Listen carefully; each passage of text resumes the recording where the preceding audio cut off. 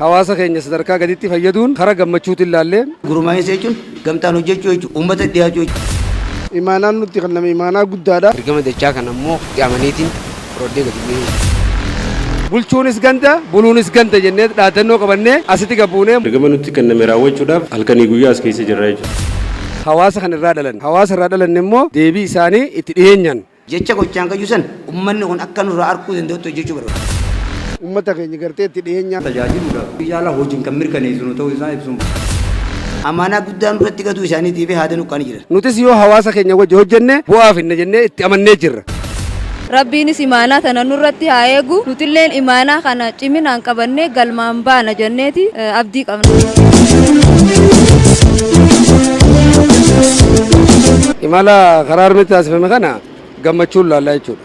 Maaliif uummata kalee aanarra teenyee fayyanne imala karaa harmee jechuudhaan gabbuunee hawaasa keenya sadarkaa gaditti fayyaduun karaa gammachuutiin laallee ija gammachuutiin hawaasni keenya illee haala gaarii nu simatee simannaa guddaa hawaasni keenya nu taasisee jira jechuudha. Simannaan isaanii nu keessatti illee kaka'umsa uumtee sadarkaa kanatti waajjira banannee jechuudha. Nutis ammaan tan isaan jidduutti gabbuunee bulchuunis ganda buluunis ganda jennee dhaadannoo qabannee asitti gabbuunee mooraalii uummanni haala itti nu simate uummata kanarraa dheebuu takka gartaa jechuudha. Dheebuu tokko dheebuu misoomaaf qabu, dheebuu dimokiraasiif qabu, dheebuu nageenyaaf qabu, dheebuu bulchiinsa gaariif qabu, kenna tajaajilaatii qabu. Isa kana irratti garre simannaan sun nu keessatti hamilee guddaa uumtee uummata kanaaf kana tajaajiluudhaaf keessatti nutilleen baay'ee nu keessatti si'oomin uumee jira jechuudha. Keessattuu hawaasa kan irraa dhalanne immoo deebii isaanii itti dhiyeenyaan waan isaan keessa jiru hubannee akka nama baratetti yaannee jechuudha. Isaan kanaan wajji hojjechuudhaaf qophii guddaa taasisaa jirra jechuudha. Kanaaf uummata wanni hojjetamu hundinuu hawaasa nama gartee harki lama yoo wal'ee sagalee kennaa jechuudha. Nutis yoo hawaasa keenya wajji hojjenne bu'aaf hinna jennee itti amannee jirra. Isaanii wajji malee hojjechuun hin danda'amu. Kanaafuu keessumattuu amma faayidaa gurmaa'insi haaromni kun qaburraa dhaabbannee yoo ilaalle tokkoffaa baasii uummata keenyaa salphisa. Yeroo isaanii qusata. Inni guddaan dimokiraasii gabbisa. Waan kana ta'eef faayidaawwan gurguddaa uummanni keenya nurraa barbaadu kana deebisuudhaaf uummata wajji qindoomnee harka wal qabannee tokkummaadhaan hojjechuudhaaf qophaa'ummaa guddaa qabna. Caaseffamni haaromni gabbu kun itti dhiyeenyaan tajaajila uummataa jiddu galeessa kan godhate yoo ta'u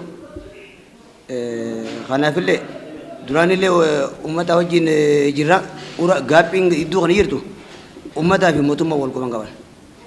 Gabaasni qindaa'atuma darbaa yaa wanni sunillee hanga tokko jiraatullee tanti dabalee erginu numa qabne ture. Yeroo ammaa tana qaamaan keessa jirra jechuudha. Maaliif gurmaa'insa jechuun gamtaan hojjechuu jechuudha. Uummata dhiyaachuu jechuudha. Mootummaa fi isaan jidduu banaa jirtu san cufuu itti mul'isa waan ta'eef sochii keenya kaduraatiin isaan kana irratti hojjenne jechuudha. Tokkoffaa misooma ariifaa taa'ee lammaffaa hawaasa kan keessatti hawaasummaanis rakkoolee hawaasaa yoo itti dhiyaatu agarta waan ta'eef nuti illee akkuma hawaasa sanitti gammachuu guddaa nuti akkaataan simannaa isaanii amaanaa guddaan duratti gatuu isaaniitiif haada nuqqaan jiran. Simannaa isaan argitee jennu haada nuqqaamee jira.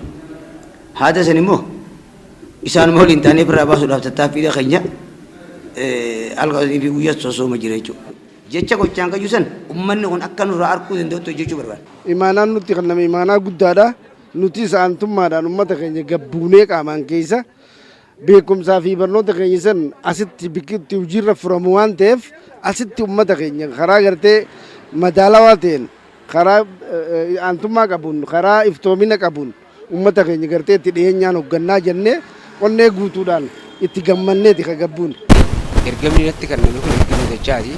Ergama dachaa kana immoo karaa dura qaamaniitiin roddee gadi bu'ee dhuma keenya kan nu barsiisu tajaajila keessaa baanee keessaa ol baanee ilaaluu osoo hin ta'in keessa gaddeebinee tajaajila isaanii akka fooyya'utti ilaaluu qabnaa jechuudha. Isaan keessatti gaddeebi'ee isaan tajaajiluudhaaf gammachuu guddaatiitu natti dhaga'amaa jechuudha. Hojiin hundi ka jirtu gandarratti uummanni illee tajaajila fagoo barbaadu san asitti argachuu qaba.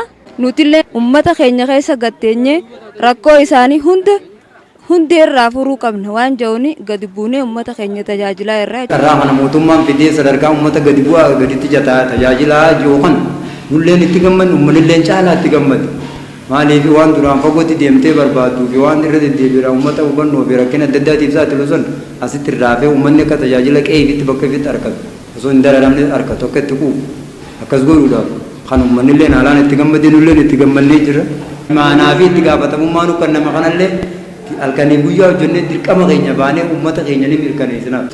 Araddaa kanatti gabbuunee gurmaa'insa gandaa kana gabbuu ajjaamnee filamnee erga gabbuune jalqaba irratti simannaa hedduu nuuf godhan. Dhugumatti araddaan kun nuti dhufuu keenyaaf hedduu nutti gammadan. Ergasii simannaa qofatti nu jalaa nafne hanga nu qubsiisutti nu wajjin jiran jechuudha. Kanarra dhaabbannee misoomaalee nu barbaachisan kana booda karoora keenya qabannee xiqqeeffannee galmaan gahuudhaaf nuti qophiidha.